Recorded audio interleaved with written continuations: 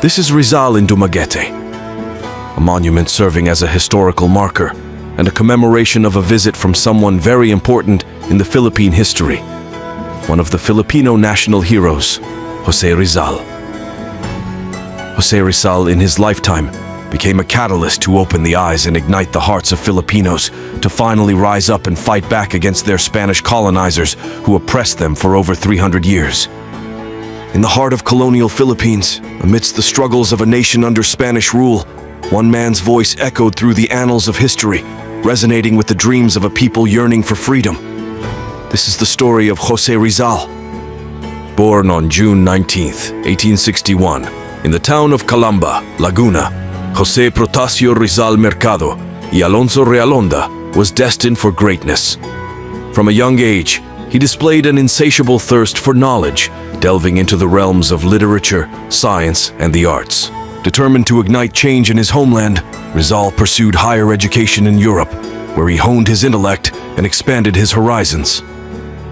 It was there that he first witnessed the injustices inflicted upon his fellow Filipinos by their Spanish colonizers. Armed with his pen as a mighty weapon, Rizal penned two seminal novels, Noli Me Tangere and El Filibusterismo, which exposed the harsh realities of colonial oppression and sparked a revolution of the mind.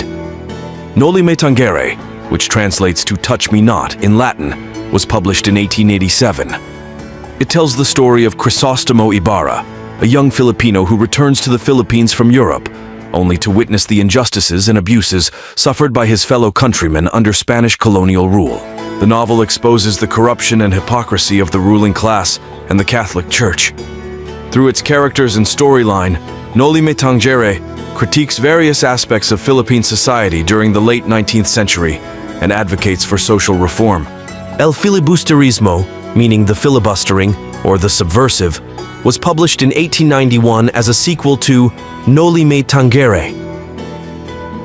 In this novel, Rizal continues to explore themes of social injustice and colonial oppression.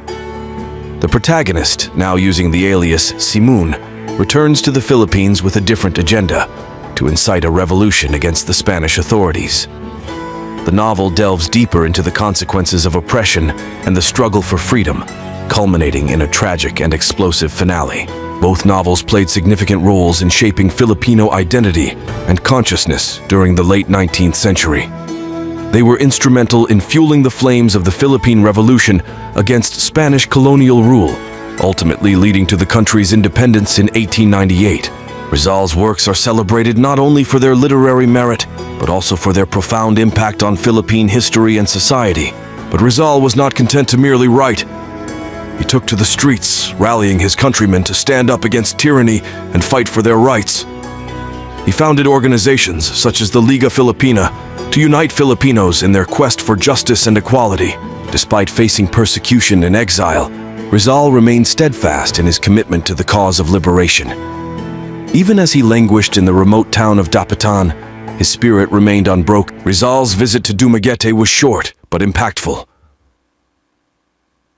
Rizal's exile in Dapitan, Mindanao, ended when he was granted permission to serve as a surgeon in the Spanish army in Cuba.